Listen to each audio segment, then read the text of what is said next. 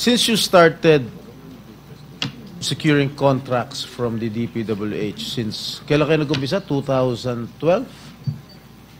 DPWH? Yes. Yes po, 2012. Pag-usapan muna natin yung 2022 hanggang 2025. Ilan na po yung naging projects nyo sa DPWH? Marami na po. Ilan nga? I don't have Mahigit the figure. 400? Mahigit 500? Within the span of 3 years. I don't have the figures po. Estimate lang po, ballpark Give me a figure. ballpark figure. Siguro po, mga 400, ganun. I'm not Siguro. I'm really not sure. Okay. I don't have the figures with me. Sa loob, sa bawat taon, ilang bidding ang sinasalihan mo? Marami po kaming sinasalihan na bidding. All flood control projects? No po.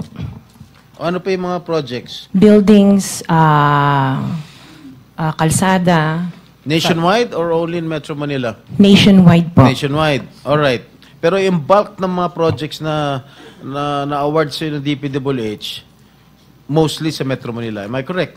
Hindi po, sa probinsya po. Sa iba-ibang lugar. No, the bulk of your contracts. Here in Metro Manila? No po, outside Metro Manila ang marami. Where outside? Where outside of Metro Manila? We have in Romblon, Cebu, Bohol, Bacolod, Zamboanga. Hindi naman po kami namimili ng lugar. Migos Project? Wala po. Sigurado ka? Opo, Kaya definitely. ka dahil pag meron kami ma-discover na Migos Project, pakukulong kita rito. Minimum totoo. Wala po talaga. Meron ka mga pictures na lahat ng mga proyekto ginawa mo? Yes po, Nasaan? meron po kami. Lahat ng mga 400 projects, meron kang litrato? Yes po. O i-submit mo rito sa committee. Okay po. Okay. Sa mga bidding na sinasalihan mo ng mga kumpanya mo, itong siyam na kumpanya, ilang beses kayo nanalo? Minimal lang po talaga, mga 2%. Pero ang dami namin projects po na sinasalihan na bidding. So, sa loob ng isang taon, pag nagbibidding isang kumpanya mo, halimbawa itong ano ba yun? Yung Alpha Phi Omega, ilang beses kayo nagbid sa isang taon at ilang beses kayo nanalo? Madami po kaming sinasalihan. I really don't have the figures right now, You know, but I if can... you come here, you have to come here prepared. Yes You po. do not come here unprepared. Alam mo na, tatanungin ka eh. Ikaw sikat na contractor, papa-interview ka. Oh. You have to come here prepared. Your Honor, I am prepared for the flood control projects that you are mentioning. I have the statistics of how many I bidded and how many I lost and how many I won. Okay. You mentioned it to us right now. You are asking her to relate the 400. No. Parang mahirap naman yata. Hindi. 400. In 2022, I bidded for 491 projects. This is just for the flood control, Your Honor. How many projects? For 491. 491? 491. I joined the bidding. Po. Oh. This is in 2022.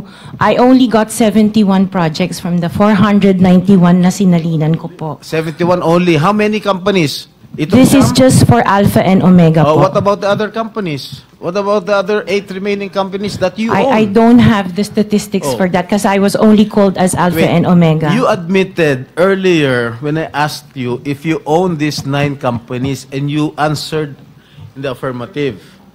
Right now I'm asking you kung ilan yung 71 flood control projects na napanalunan ninyo. Now you're only speaking in behalf of Alpha Phi Omega. Kanina sinabi mo ikaw may-ari ng Siam. Why can't you answer in behalf of the 8 remaining companies? Kasi po, yun lang yung na-prepare po namin for today's hearing. Oh, what about the representative of the other construction companies? Itong si Remando. Oh, how many? You're representing St. Timothy. Good morning po, Mr. Chairman. For St. Timothy Construction po, we have 145 projects. Flood control projects. Yes, Mr. Chair. Since 2022. up to the present, as we speak, 122. 145. Excuse me? 145, Mr. Chair. Napanalunan, ang na-award sa inyo, 145 flood control projects. Yes, Mr. Napanalunan nyo yan. Yes, Mr. Chair. So, all in all, dun sa 8 companies, ilan? Doon sa 9 companies. Hindi nyo alam? Out of the 400, maybe, who can answer my question from the DPWH? Maybe they have the records there. Mr. Chair, with the Just indulgence for of the the SP record- Pro Temp, Yeah. Yes, Senator Risa. kaugnay nung pagtatanong ni SP Pro Temp sa ngayon, gusto kong makapag-flash ng screenshot po nung siyam na calling cards, nung siyam na kumpanyang iyon. Calling card po ni Mr. Curly Discaya, na asawa po ni Ms. Discaya. So, mag-asawa po, dapat SP Pro Temp. Siyam na calling cards nung siyam na kumpanya, lahat sa pangalan ni Pacifico o Curly Discaya. So dapat po mas alam po, both ni Ms. Sara Discaya at Ms. Roma Discaya Rimando, ang mga detalye na tinatanong ni SP Pro Temp. Salamat, Mr. Chair, Thank you, at SP Pro thank you, Temp. Senator Risa. Okay, for the record, yung may-ari ng St. Gerard Construction, nandun yung pangalan ng asawa mo, Pacifico Discaya. Okay? Doon sa St. Timothy, sino may-ari ng St. Timothy? Ikaw si Rimando, no? Kamag-anak mo si Discaya, correct? Sabi mo, pamangkin mo. Tama? And who is this Maritoni Miligrito, the owner of Elite General Contractor? Who is this? Answer. Pinsan ko po, Mr. Chair. From the left pocket to the right pocket. St. Matthew, nandito yung asawa mo, Pacifico Discaya. Great Pacific. Oh, ikaw, nandyan ang pangalan mo, oh. Si Sara Rowena Discaya. Kaya hindi mo mapapagkaila eh. YPR General Contractor. Nandito rin ang pangalan mo.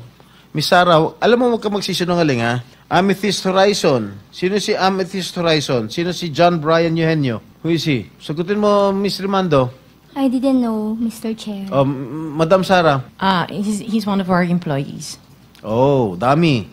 Waymaker. Sino si Gerald William Discaya? He's my eldest son. Okay. Alpha Phi Omega, yan, asawa mo. So, you confirm, lahat ng siyam na yan, ikaw ang may-ari. Tama? Part owner po. Part owner. Okay. Kaya nyo ba talaga pagsabay-sabayin yung mga construction, mga proyekto ninyo? Paano nyo nagagawa ito? Yes po, we have sufficient employees naman that can carry out and execute the project. Okay. Ilan ba yung mga empleyado ninyo?